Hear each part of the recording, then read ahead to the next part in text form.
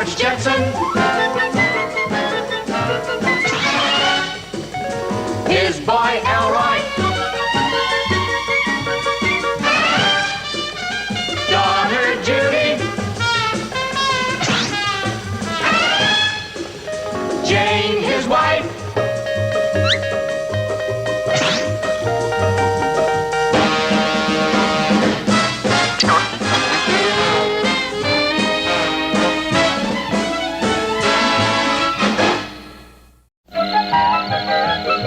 The Jetsons. Brought to you by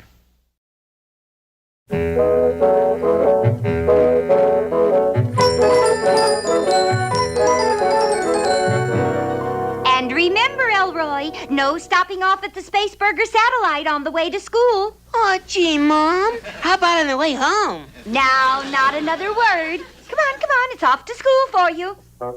Well, now let's see. Here we are. Playground, movies, school. Bye, dear. Bye, Mom. See you in orbit. Uh-oh, that must be Judy's ride. Hey, Judy, let's blast out. We'll be late for school. Hi, Mom. Bye, Mom. But Judy, hey, where are you going with that spaceboard? Ricky Rocket is taking me to school. Well, I know, dear, but on a spaceboard? Sure. Didn't you ever space ski to school when you were a kid, Mom?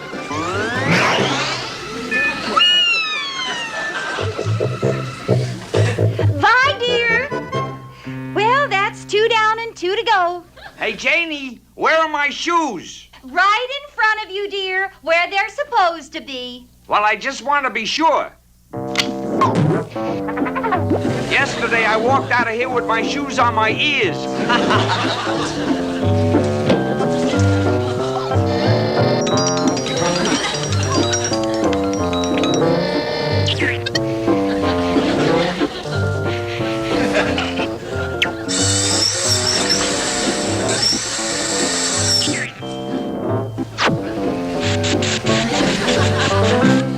You better hurry, George. Don't forget you have to drop Astro off at obedience school on your way to work. Oh, yeah. Yeah, this is his school day, huh? Oh, boy, will he be tickled. Here, Astro.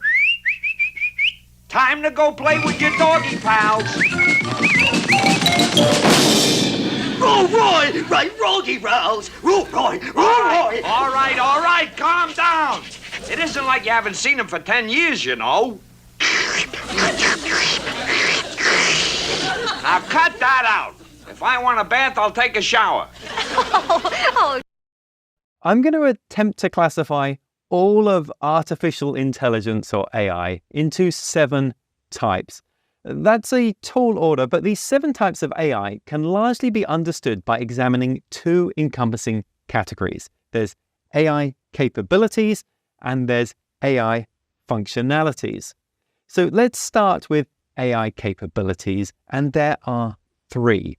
The first of which is known as artificial narrow AI, which also goes by the rather unflattering name of weak AI. Now, on its face, that doesn't sound like a very interesting capability to start us off, but actually, narrow AI is the only type of AI that exists today. It's all we currently have. Any other form of AI is theoretical. So we can think of this as realized AI, that's the artificial intelligence we have today, and theoretical AI, which is the artificial intelligence we may have in the future. Now, narrow AI can be trained to perform a narrow task, which, to be fair to narrow AI, might be something that a human could not do as well as the AI can. But it can't perform outside of its defined task. It does need us humans still to train it. So if narrow AI represents all AI capabilities we have today, well, what else is there? Well, a favorite of memes, science fiction, and betting markets is artificial general intelligence, also known as AGI, and also known as strong AI. to be clear, AGI is currently nothing more than a theoretical concept. But here's the idea. AGI can use previous learnings and skills to accomplish new tasks in a different context without the need for us human beings to train the underlying models. If AGI wants to learn how to perform a new task, it'll figure it out by itself. Which sounds disconcerting, but look, we haven't even talked about the third type of AI capability yet, and that's artificial super AI. If ever realized, super AI would think, reason, learn, make judgments, and possess cognitive abilities that surpass those of human beings. The applications processing super AI capabilities would have evolved beyond the point of catering to human sentiments and experiences, and would be able to feel emotions and have needs and possess beliefs and desires of their own. Yeah. So let's park that cheery thought for now and consider the 4 types of AI based on functionalities. And we're back in the real world of realized AI here, at least initially. So we can think of narrow AI as having 2 fundamental functions. One of those is reactive machine AI. Now, reactive machine AI are systems designed to perform a very specific, specialized task. Reactive AI stems from statistical math, and it can analyze vast amounts of data to produce a seemingly intelligent output. We've had reactive AI for quite a long time. Back in the late 1990s, IBM's chess-playing supercomputer Deep Blue beat chess grandmaster Garry Kasparov by analyzing the pieces on the board and predicting the probable outcomes of each move. That's a specialized task with a lot of available data to create insights, the hallmark of reactive AI. We can think of other narrow AI functionalities really as being classified as limited memory AI. Now, this form of AI can recall past events and outcomes and monitor specific objects or situations over time. It can use past and present moment data to decide on a course of action most likely to help achieve a desired outcome. And as it's trained on more data over time, limited memory AI can improve in performance. Think of your favorite generative AI chatbot, which relies on limited memory AI capabilities to predict the next word or the next phrase or the next visual element within the context it's generating.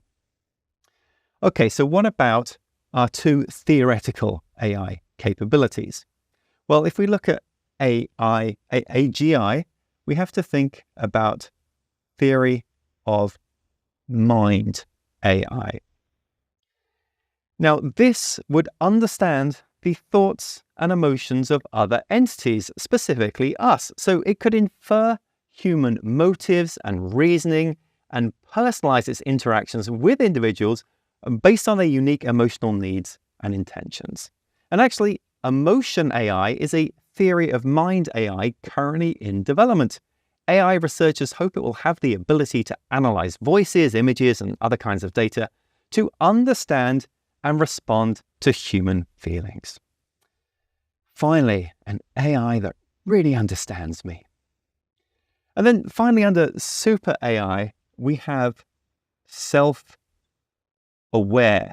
AI, winning my personal award for the scariest AI of all. It would have the ability to understand its own internal conditions and traits, leading to its own set of emotions, needs, and beliefs. Look, we've covered 7 types of AI, and only 3 of them actually exist today. There is still so much to be learned and discovered. But as those advancements happen, at least here we have a taxonomy of AI types that will tell us how far along we are on our AI journey. Bundles of skills that require all sorts of different things. The more you can break apart the skill the more you're able to decide what are the parts of this skill that will actually help me get to what I want, and then you can practice those first. And if you practice the most important things first, you'll be able to improve your performance in the least amount of time possible. The second is learn enough to self-correct. So get 3 to 5 resources about what it is you're trying to learn. Could be books, could be DVDs, could be courses, could be anything. But don't use those as a way to procrastinate on practice. I know I do this, right? Get like 20 books about the topic. It's like, I'm gonna start learning how to program a computer when I complete these 20 books. No, that's procrastination. What you want to do is learn just enough that you can actually practice and self-correct or self-edit as you practice. So the learning becomes a way of getting better at noticing when you're making a mistake and then doing something a little different. The third is to remove barriers to practice. Distractions, television, internet, all of these things that get in the way of you actually sitting down and doing the work. And the more you're able to use just a little bit of willpower to remove the distractions that are keeping you from practicing, the more likely you are to actually sit down and practice, right? And the fourth is to practice for at least 20 hours. Now, most skills have what I call a frustration barrier. You know, the grossly incompetent knowing it part. That's really, really frustrating. We don't like to feel stupid. And feeling stupid is a barrier to us actually sitting down and doing the work.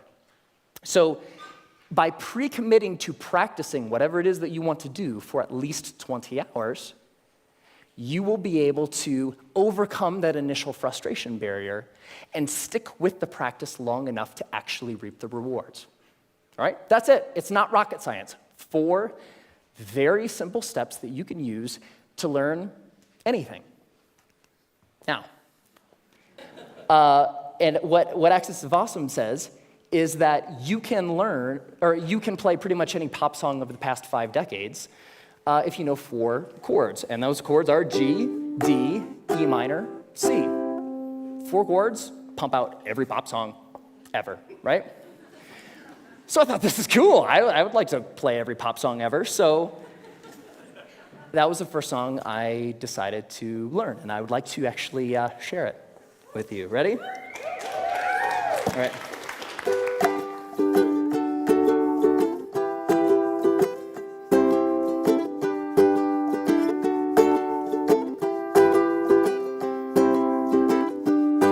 Just a small town girl living in a lonely world. She took the midnight train going anywhere. I heard that you settled down, that you found a girl, that you're married now. Every night in my dreams I see you, I feel you. That is how I know we'll go on.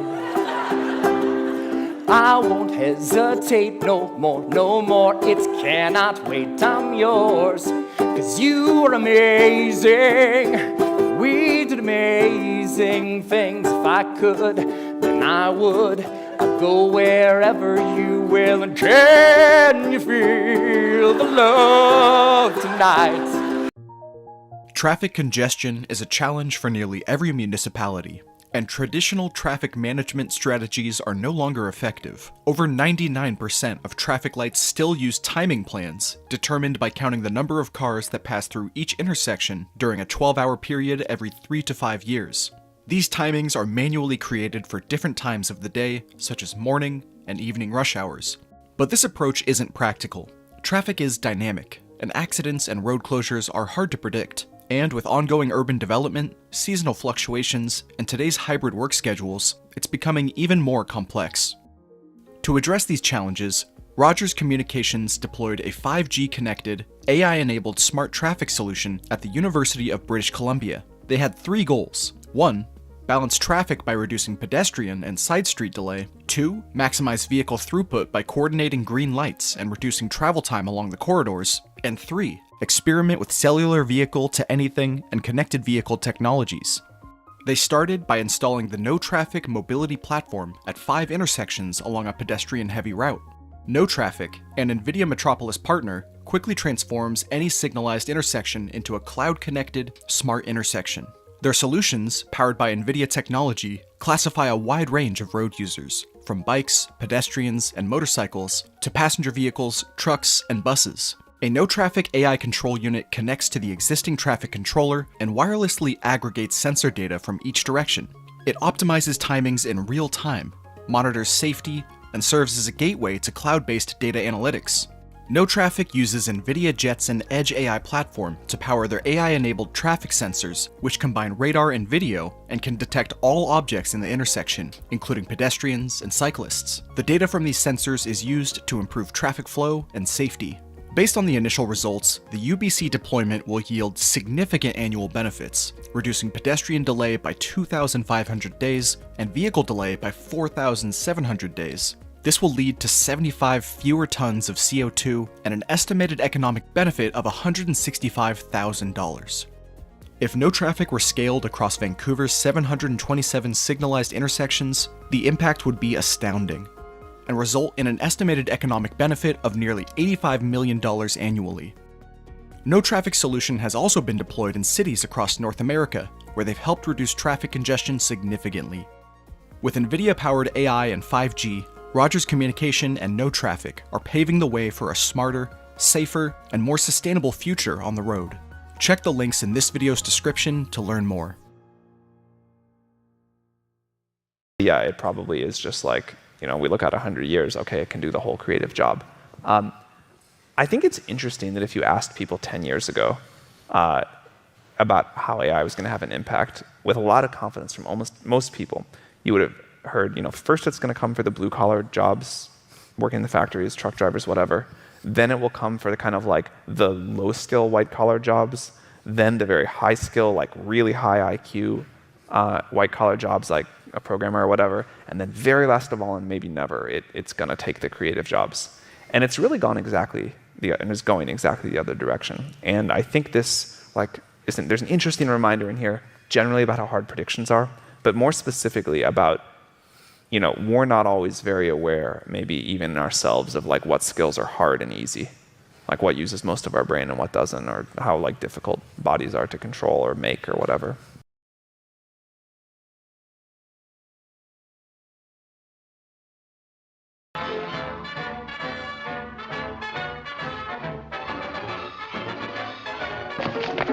Miss Winthrop. Yes, Mr. Curtis? Now, there's nothing I admire more than the spirit of independence, but sometimes it can be carried too far.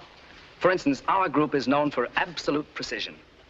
All the other girls are doing this dance one way, and you're doing it another. I'm sorry, but I don't know that part of the routine. Would you like to try it with me? I'd love to. Tommy, let's have the second 24 bars. Ready? 1 and 2.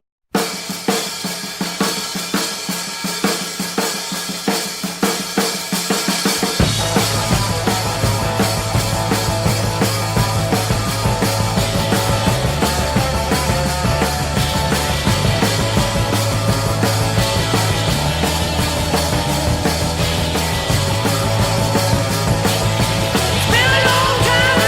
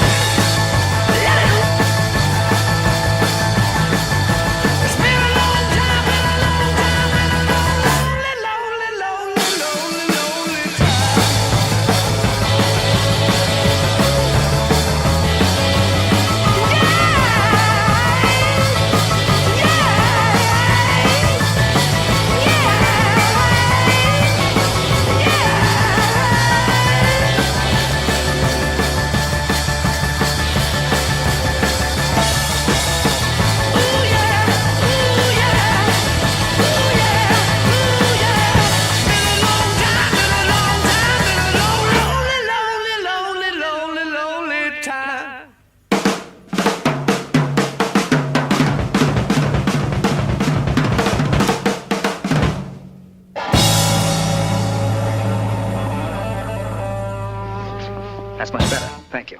Thank you.